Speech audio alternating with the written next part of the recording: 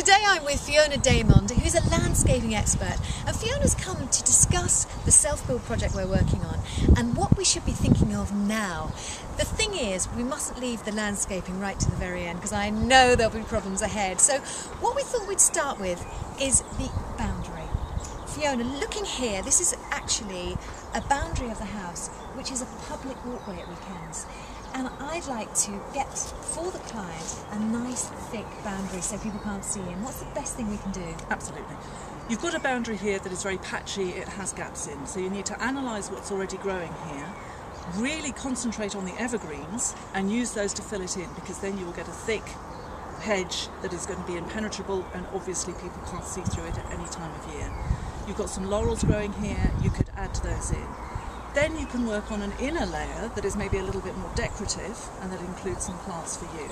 So that could be hawthorn, which again makes a very good impenetrable layer.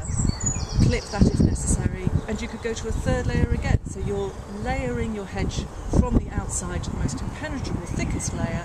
You've got plenty of space to add inside, maybe bring the heights down to add interest and to add to the depth and security of the hedge.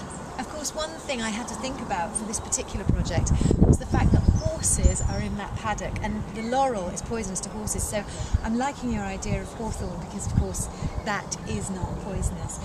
What sort of ground does hawthorn like? Well, hawthorn is native to a lot of the country. It likes not damp but quite a fertile soil. It will grow very easily.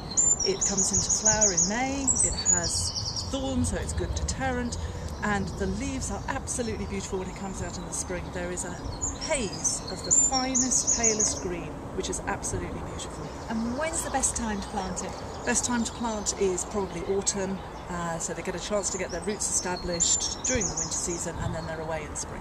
So it being May, we've done this at the right time. I'm glad we asked.